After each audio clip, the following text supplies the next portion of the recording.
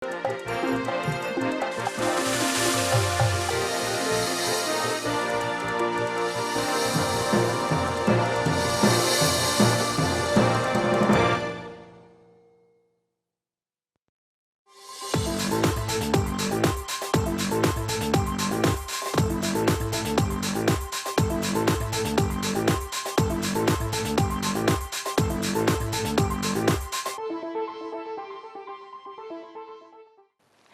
pemirsa, kita kembali lagi dalam program Surabaya Now, program obrolan santai seputar hal yang sedang kekinian dan juga hal-hal seputar zaman now pastinya.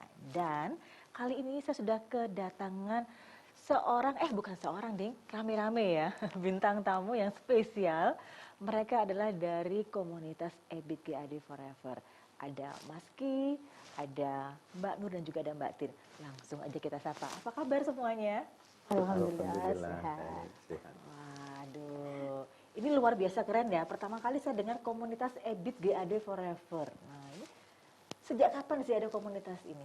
Alhamdulillah mulai ada tanggal 5 Juni 2009. Wow, sudah lama ya? 10 tahun ini. 10 tahun ini. Iya. Nah, kalau Mas Ki sendiri sebagai apa nih, Mas? Saya sebagai pendiri sekaligus dijadikan ketua yang tidak pernah diturunkan sampai sekarang.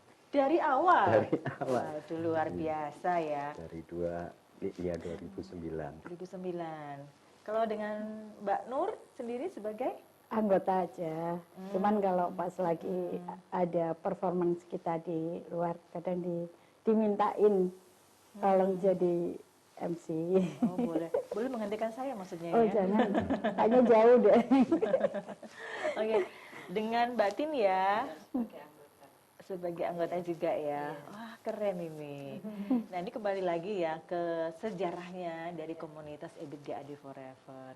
Ini gimana awal ceritanya bisa kebentuk seperti itu? Mungkin ada yang bisa ceritain. Mas Ki ya kayaknya ya. Iya, awalnya sih dari ada kemunculan Facebook itu ya.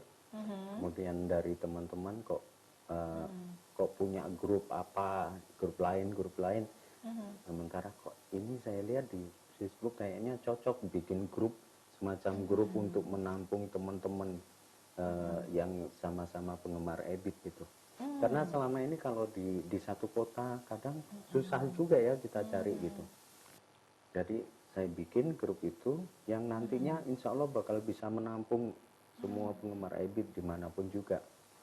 Alhamdulillah dari situ kami bentuk, saya bikin di Facebook dari anggota mulai 20, 200, 500 naik sampai sekarang sudah sampai 30.000 lebih.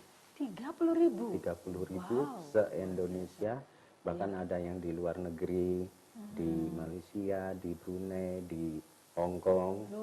Kan orang-orang kita ada yang kerja di sana juga ada yang di Australia. Luar biasa ya. Alhamdulillah. Oke, ini saya penasaran banget.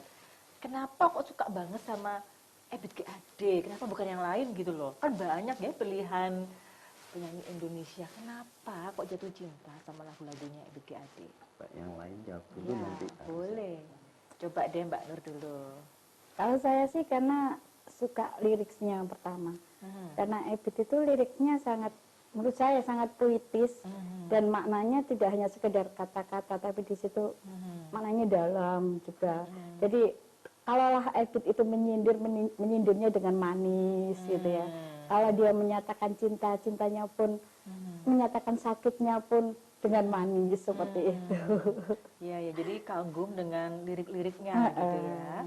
Kalau dengan Mbak Tin sendiri kenapa kok suka banget sama EBIT GAD? Ya, saya teringat waktu SD itu kan dengar lagu Berita Kepada Kawan ya waktu itu.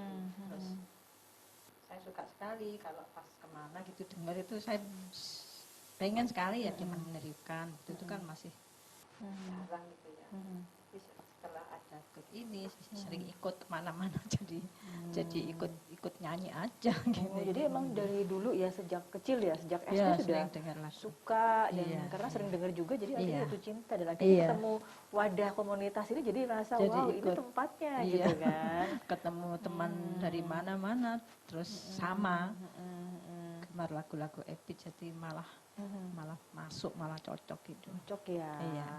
Kalau Mbak Nur sendiri memang sudah lama jatuh cinta sama lagunya Ebit G. Ade sejak Iya kapan sih. sih? Karena saya sendiri kan basicnya juga suka nulis. Nulis puisi juga. Mungkin dari situ kan seperti kayak sinkron gitu ya. Saya sendiri suka menulis puisi, lihat dengar liriknya Ebit kok bagus banget gitu ya. Sudah dari dulu sejak kecil atau baru lahir Dari langsung suka kecil gitu? sudah dengar. Dari kecil itu ada dua sebenarnya. Iya. Yang pertama Ebit, yang kedua Iwan Fals. Itu yang saya suka. Oh, jadi dua penyanyi Indonesia itu Iya. ya sebenarnya membekas banget ya. Iya, cuman Di hati karena Mbak Nur. Ebit itu tapi kalau yang Ebit itu liriknya manis kan gitu loh. Beliaunya tuh pandai bermain kata-kata gitu ya. Maksudnya dalam menciptakan liriknya itu taruhlah dia menyindir sosial pun seperti contohnya Berita Kepada Kawan sebenarnya kan menceritakan tentang keadaan bencana yang ada di Indonesia yang mengajak kita melihat seperti itu. Tapi dia menceritakannya secara halus sepertinya mengajak enggak yang seperti kayak apa gitu ya seperti. Ada lagi juga saya baru tahu juga di grup ini, terima kasih banget ada grup ini bisa mengenal lagu Ebit yang ada sedikit-sedikit nakal seperti Kereta Biru Malam ya Mas gitu. Ceritanya itu nakal sebenarnya Wawasannya luas ya, tapi ternyata ya. bahasanya itu sangat kayak kita nggak kerasa kalau lagu itu sebenarnya kalau dilihat itu nakal banget gitu. Kereta Biru Malam Iya, belum pernah di dengar Kereta kan Biru pastinya. Malam. Coba nanti dicari. Oh, coba ya. Iya. Nanti saya browse ya. Iya. Nah, ini kalau sama dedengkotnya gimana nih awal ceritanya kok jadi jatuh cinta gitu Kalau loh. saya Ebit pribadi, G. Ade. memang nomor satu itu di kekuatan di syair, Hmm, musikalisasi Iya. puisi ya. ya. Bahkan sebenarnya pantas banget kalau zaman sekarang itu Ebit diangkat sebagai budayawan, pujangga musikalisasi puisi, pantas banget sebenarnya. Kalau dulu ada pujangga baru, pujangga lama, nah ini mestinya Ebit ini udah masuk kategori pujangga musikalisasi puisi. Karena apa, dia dari album pertama sampai terakhir semuanya dari puisi. Kekuatan nomor satu di puisi. Konsisten ya dengan Iya. lirik-liriknya ya. Ya memang kalau kita lihat, kita cerna, nggak bisa kita hanya sepintas memahami lagu ini apa sih, nggak bisa. Harus kita renungkan, kita diajak merenung. Dari situ kita bisa memahami, oh ini maknanya seperti ini. Itu seperti itu. Kemudian di vokal, beliau juga lain daripada yang lain. Apa Iya. keistimewaannya? Ya vokalnya kan pastinya kalau sampai sekarang belum ada yang gantikan vokal Khas beliau. ya, Nah, suaranya khas banget. gitu ya. Permainan gitarnya juga oke banget gitu. Jadi dari situ ada perpaduan yang komplit sebagai gitaris juga, sebagai ahli puisi pujangga juga, sebagai penyanyi punya vokal yang lain sendiri. Bahkan Mas Ebit sendiri lebih suka dia dikatakan dijulukin sebagai penyair bukan penyanyi.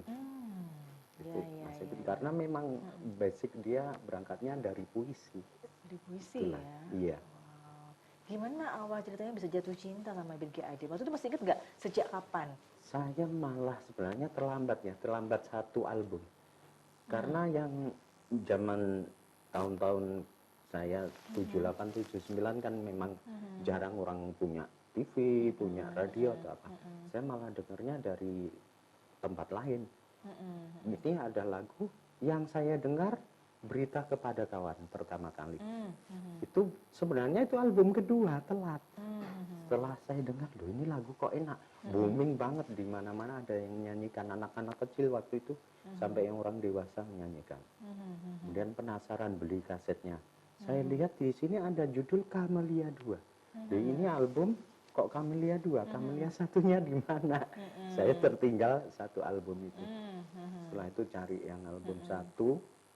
Oh luar biasa banget, sampai 2, 3 dan seterusnya. Kemudian ngikutin terus sampai yang terakhir. Album yang barusan 2013 yang terakhir. Luar biasa sampai mendarah daging ya. Wah, Iya, fansnya iya, ya. bikin gemuk juga. Mendarah daging. Iya. Nah ini semuanya adalah komunitas Ebit GAD Forever berarti kan suka banget sama lagu-lagunya Ebit kan, seperti itu. Nah, mungkin ada nggak satu lagu yang jadi lagunya Ebit yang paling favorit, yang paling berkesan gitu? Kalau Mbak Tin sendiri apa nih? Tadi berita untuk kawan tadi ya? Iya, kita pada kawan. Ada kawan ya? Lagu yang pertama itu saya. Itu yang paling favorit dengar ya? pertama itu. Paling berkesan? Oh, ada lagi selain itu? Itu Titip Rindu Buat Ayah. Titip Rindu Buat Ayah. Oh, karena ada spesial feeling ya rasanya ya untuk orang tua, terutama ayah ya. Kalau Mbak Nur sendiri apa? Saya yang pertama memang Titip Rindu Buat Ayah. Titip Rindu Buat Ayah. Yang kedua Kamelia 2. Kamelia 2.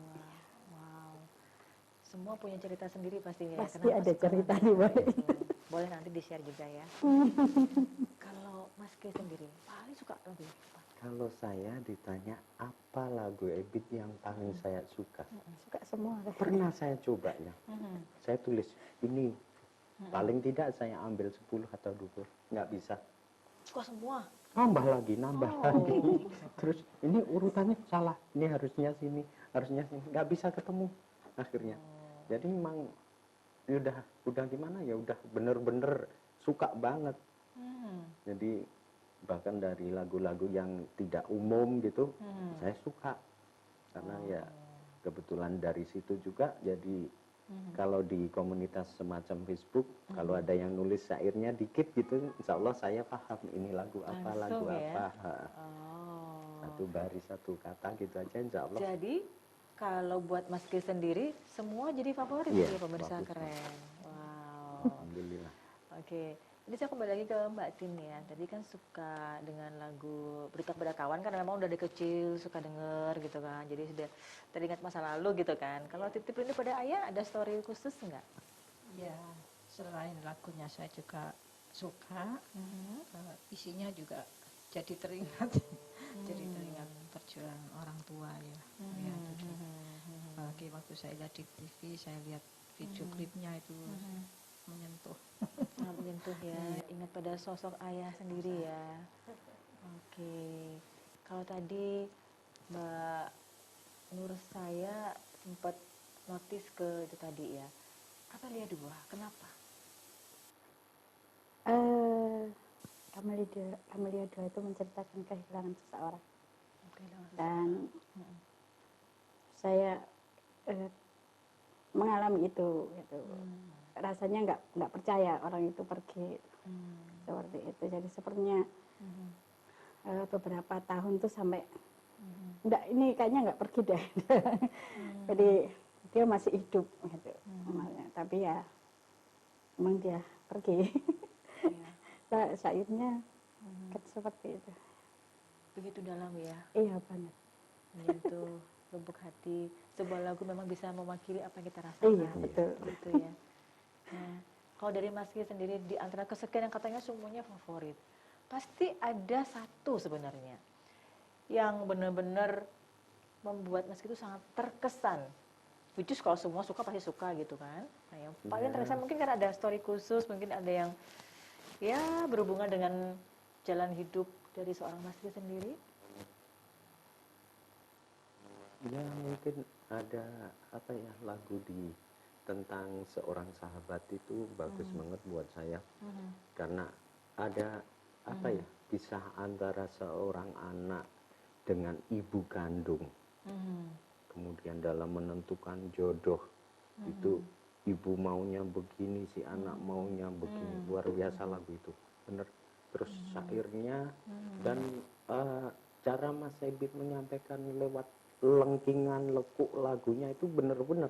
Jadi waktu kita dengerin kayak gini, kayak kita sendiri yang ngalamin gitu.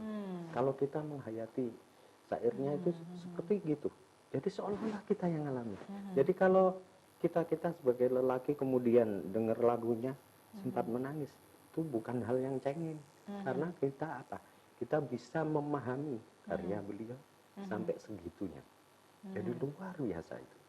Termasuk di itu tadi tentang seorang sahabat, kemudian Titip Rindu Buat Ayah, kemudian ada yang apa, nyanyian Rindu Buat Ibu juga ya.